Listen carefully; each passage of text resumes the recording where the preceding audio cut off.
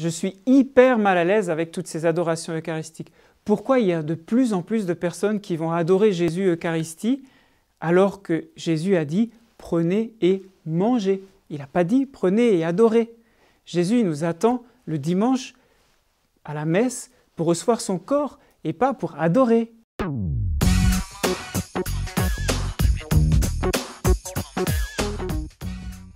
Justement, la messe est tellement rapide que les gens veulent goûter les grâces qu'ils ont reçues. Au nom du Père, du Fils et du Saint-Esprit.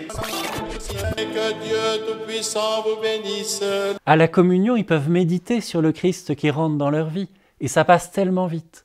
Lors de l'élévation, on voit le Christ qui est présenté à nous. Et puis de nouveau, au moment où le prêtre présente le Christ, en disant « Voici l'agneau de Dieu » comme Jean-Baptiste. Voici l'agneau de Dieu qui enlève le péché du monde. Il y a beaucoup de gens dans l'assemblée qui savent ce que le Christ a fait dans leur vie, quel péché il a enlevé. Quand je contemple le Christ dans l'adoration eucharistique, je peux à la fois le regarder, lui qui me sauve, mais je peux en même temps me laisser regarder par lui, me laisser aimer, me laisser transformer. Mais l'homme est créé rationnel.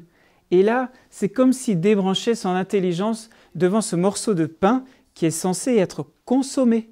Le jeudi saint, alors que le Christ allait donner sa vie par amour pour nous, il nous a laissé le mémorial, le moyen de nous souvenir des grâces de sa passion et de les accueillir à nouveau en plénitude. Quand je fais mémoire de ça, quand je le médite, c'est un acte de l'intelligence et de la volonté. Mon cher frère, je te rappelle que l'adoration eucharistique date du XIIIe siècle, ce qui signifie que c'est une dévotion tardive. Ni les apôtres, ni saint Benoît, ni saint Martin, aucun d'eux n'a pratiqué l'adoration eucharistique. Moi, par exemple, moi, je pratique la Lectio Divina comme les pères du désert. C'est une dévotion bien plus traditionnelle. En effet, la Lectio est une dévotion très ancienne, mais elle est aussi très élitiste. Il fallait posséder une Bible et savoir lire ce que la majorité des gens ne pouvaient pas faire. Ce n'est pas parce qu'une dévotion est tardive qu'elle n'est pas profondément spirituelle. Je te rappelle que le chapelet ne date que du XIIIe siècle. L'oraison carmélitaine et ignatienne du XVIe siècle. Le chemin de croix que l'on voit partout dans nos églises est arrivé en Occident au XVIIe siècle. Et la dévotion à Saint Joseph date du XIXe. Et pourtant, il est dans le missel romain, dans la prière eucharistique. C'est pas parce qu'elle est ancienne qu'elle est meilleure. Il y a des dévotions qui augmentent en vitalité, il y en a d'autres qui disparaissent peu à peu, comme par exemple aujourd'hui le culte des reliques ou la dévotion au Saint-Nom de Jésus que pourtant j'aime beaucoup.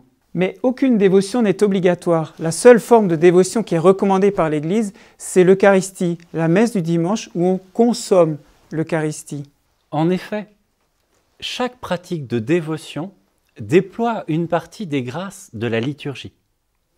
Quand tu médites le chapelet, tu vas méditer sur les mystères du rosaire, c'est-à-dire sur les grandes fêtes liturgiques. Quand tu chantes la louange de Dieu pendant le Gloria, tu synthétises toute la louange de l'Église. Quand tu vas faire lectio, lire la Bible, faire oraison, eh bien en fait tu vas accueillir de nouveau toutes les grâces de la liturgie de la parole. Par la suite, avec la liturgie eucharistique, tu vas poursuivre et accueillir en plénitude les grâces de l'adoration eucharistique.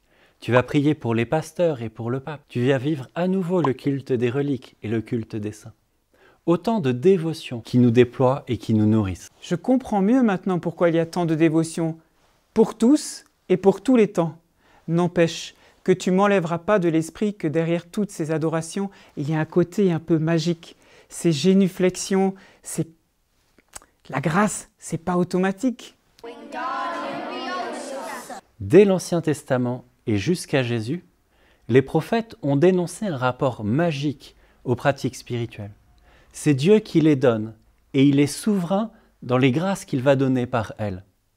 Et Dieu donne aux pasteurs et aux accompagnateurs spirituels de discerner les grâces et les manières de les recevoir pour nous aider à être authentiques avec les sacrements. J'aime beaucoup l'enseignement de Pomène, un des pères du désert. Il disait que la pierre est dure et que l'eau est molle. Et pourtant, l'eau qui tombe régulièrement sur la pierre la plus dure va forcément la percer. Et notre cœur est dur, mais les dévotions, comme l'adoration eucharistique ou la parole de Dieu, vont peu à peu percer le cœur le plus dur si on les laisse revenir régulièrement. Ainsi, le peuple chrétien a fait l'expérience que toutes ces pratiques de dévotion le transforment peu à peu pour accueillir de plus en plus l'amour de Dieu et en rayonner. Mais de toutes ces pratiques, il n'y en a qu'une seule qui soit obligatoire pour tous les chrétiens, l'accueil des sacrements, et spécialement le sacrement de l'Eucharistie, le dimanche, le jour de la résurrection.